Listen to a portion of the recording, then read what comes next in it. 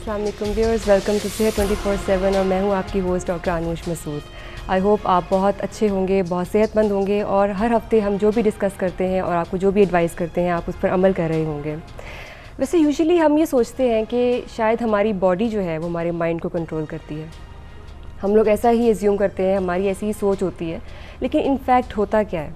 In fact हमारा mind हमारी body को कंट्रोल कर रहा होता है। जैसा हम सोचते हैं, जैसा हम परसीव करते हैं, वैसा ही हमारी बॉडी उसके अकॉर्डिंगली रिएक्ट करती है।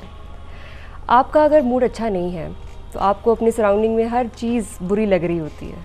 If you are not feeling well, आपको चाहे कहीं पे भी बिठा दिया जाए, इवन पार्टी में भी बैठे हैं तो आप डिप्रेस्ड फील कर रहे होते हैं। लेकिन अगर आप खुद खुश हैं तो चाहे आप अकेले भी बैठे हों तो आप खुशी महसूस करते हैं, आपको अच्छा महसूस होता है।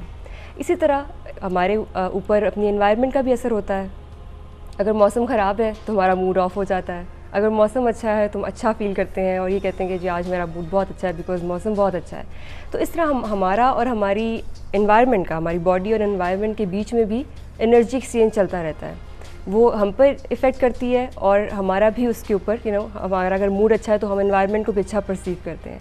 ये एक बहुत इंपॉर्टेंट और बड़ा इंटरेस्टिंग टॉपिक है जिसके बारे में बहुत कम बात की जाती है बिकॉज़ ये एक ट्रेडिशनल मेडिसिन के टॉपिक से हटकर है और यूजुअली इसके बारे में कम बात सुनने में आई है कि ना तो ज़्यादातर इस बारे में लोग बात करते हैं क्योंकि इसके स्पेशलिस्ट ही बहुत कम हैं पाकिस्तान के अंदर, क्योंकि इसका ट्रेंड अभी अभी पाकिस्तान में स्टार्ट हुआ है।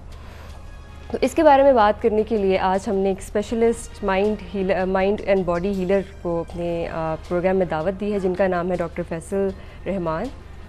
वेलकम टू सेहत 24/7 डॉक्टर जी, साहब। शुक्रिया। I'm so glad that you found time and you traveled all the way from Islamabad to Lahore और आप यहाँ पहुँचे and you are giving us your precious time. Thank you so much. जी, it is my pleasure. अच्छा doctor साहब, पहले हम बात करते हैं कि जो इसके लिए टर्म यूज़ की जाती है अल्टरनेटिव मेडिसिन, सही। ये क्या होती है और इसका क्या रोल है मेडिसिन से हटकर? असल में साइंटिफिकली जो रिसर्च करके एलोपैथिक मेडिसिन जो है उसको तरक्की दी गई है और वाकई ये एक इंसानियत बड़े अरूज तक, कमाल तक पहुंच गई है, सर्जरी में ख़ास तौर पे। लेकिन हम देखते हैं कि मेडिकल दवाओं के, केमिकल दवाओं के साइड इफ़ेक्ट्स होते हैं बहुत से। जी। फिर आपने देखा कि अनवांटेड सर्जरी होती है। बल्कि ब्रिटिश जर्नल ऑफ मेडिसिन में उन्होंने लिखा है कि तकरीबन 80% लोगों को बताया जाता है कि ज़ायद बताया जाता है कि हार्ट सर्जरी की ज़रूरत नहीं होती, एक्स्ट्रा बता दिया जाता है। यानी 5 में से तकरीबन 1 मरीज़ को ज़रूरत होती है कि उसकी हार्ट सर्जरी की जाए। अच्छा, ठीक। फिर आपने देखा कि एक ट्रेंड चल गया है आजकल सिजेरियन सेक्शन का। हालांकि कुदरत ने एक ऐसा निज़ाम पैदा किया है बच्चे की पैदाइश का, लेकिन आप देखेंगे कि हॉस्पिटल्स में बहुत रुझान हो गया है और जिससे आवाम में काफ़ी तशवीश भी पाई जाती है कि गालिबन ये डॉक्टर पता नहीं पैसे बनाने के लिए करते हैं। हालांकि बाज़ औक़ात मरीज़ की सहूलियत के लिए भी होता है जी। लेकिन असूली तौर पर ये नेचर से बहुत दूर ये चीज़ है। ठीक। तो अल्टरनेटिव मेडिसिन क्या क्या इंक्लूड करती है? ये कितना वास्ट एक सब्जेक्ट है और इसके अंदर क्या क्या इसके ज़िम्रे में आता है? हाँ, जो भी चीज़ एलोपैथिक मेडिसिन के अलावा हम इस्तेमाल करते हैं इलाज के लिए जी, तो उसको हम अल्टरनेटिव मेडिसिन का नाम दे सकते हैं। मसलन? अच्छा, इसको इंटीग्रेटेड मेडिसिन भी कहते जी। हैं, कम्प्लीमेंट्री मेडिसिन भी कहते हैं। कम्प्लीमेंट्री इसलिए कि इसको कंप्लीट कर रही है। ठीक। आपने देखा होगा कि बहुत से लोग शाम को स्पेशलिस्ट से दवा ले रहे हैं, आराम नहीं आया, सुबह किसी हकीम के पास चले गए हैं, जी। फिर दोपहर को कहीं से दम कराने चले गए हैं जी। और शाम को फिर होम्योपैथिक दवा लेने चले गए हैं। ठीक। तो इसलिए कि असल में लोगों को आराम की तलाश है, शफा की तलाश है, जहाँ से भी मिले। राइट। अच्छा, उसके लिए आप देखते हैं कि अमेरिका में भी ये, बल्कि एक टाइम मैगजीन स्टोरी आई थी कि $30 बिलियन से ज़्यादा का बिजनेस है अल्टरनेटिव मेडिसिन या कम्प्लीमेंट्री मेडिसिन।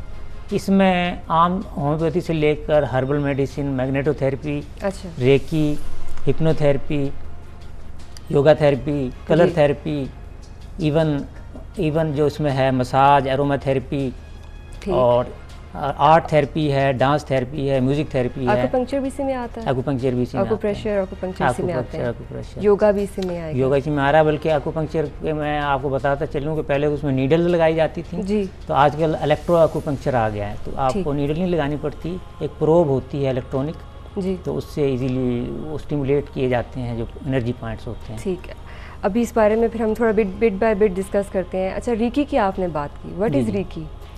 रेकी है यूनिवर्सल एनर्जी, जापानी लफ्ज़ है।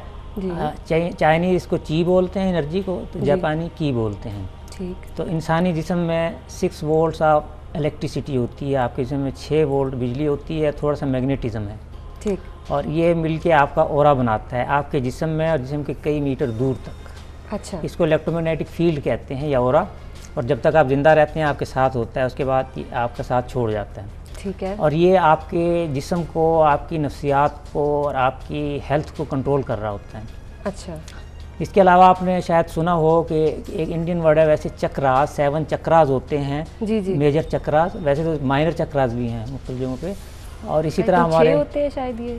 6 ये कि हमारे जो सूफ़ी हैं वो इनको सित्ता लताइफ कहते हैं। ओके। क्योंकि उनके यहाँ भी इसका तस्वर है, बल्कि सूफ़ी हीलिंग को भी हम अल्टरनेटिव मेडिसिन में शामिल करते हैं। ठीक। तो सूफ़ी हीलिंग को ही जब तरक्की दी गई और रिसर्च की गई तो वो आगे बढ़ के अब रेकी की शक्ल उसने तैयार कर ली है। ये एक साइंटिफिक चीज़ है और इस पर बाकायदा काम हो रहा है, इस बड़े इंटरनेशनल पैमाने पे हो रहा है। जी। क्या तरीक़ाकार होता है रेकी करने का? रेकी के 3 लेवल हैं। सबसे पहला लेवल ये है कि आप healing through touch of hands है, ठीक, छू कर इलाज करते हैं। वैसे तो मसाज भी छू कर होता है, लेकिन उसमें जो है रेकी में एक जेंटल टच होती है। ठीक। अच्छा, उसमें फिर ये है कि माइंड को भी यूज़ किया जाता है एक स्टेट ऑफ अल्फ़ा स्टेट में। जब आप रिलैक्स होकर किसी को ट्रीट करते हैं और जो ट्रीटमेंट ले रहा है वो भी रिलैक्स्ड है, तो फिर उसकी हीलिंग जल्दी हो जाती है। और उसके लिए रेकी के ये है कि कुछ 5 प्रिंसिपल्स हैं जी। उसमें यह है कि just for today don't worry, just for today don't be angry. उसमें यह है कि फियर, एंगर, वरी जो नेगेटिव इमोशंस हैं उनसे हम दूर हट के इलाज करते हैं। पॉजिटिव थिंकिंग उसमें क्रिएट करने की कोशिश करते हैं, क्योंकि अगर नेगेटिव थिंकिंग होगी तो हीलर की ये नेगेटिव थिंकिंग होगी तो वो इमोशन पेशेंट में भी चले जाते हैं। अच्छा, बेसिकली आप जो हीलर से आप एनर्जी ट्रांसफ़र करते हैं पेशेंट के अंदर, जी, इसी तरह ही है ये? हाँ, ये हीलर जो है वो चैनल कहलाता है। रशियन इसे बायो एनर्जी कहते हैं रेकी को। बायो एनर्जी इसलिए कि आपकी बॉडी एनर्जी इसमें होती है, इन्वॉल्व होती है, लेकिन this is universe, all the universe is an energy universe. ठीक। All the matter is interchangeable into energy. जी। तो एक्चुअली बहुत सी एनर्जी है, कुछ अपनी बॉडी से यूज़ करते हैं, कुछ we tap from the universe. ठीक है डॉक्टर साहब, यहाँ पे हम छोटी सी ब्रेक लेते हैं। ब्रेक के बाद वापस आकर इसी डिस्कशन को कंटिन्यू करेंगे।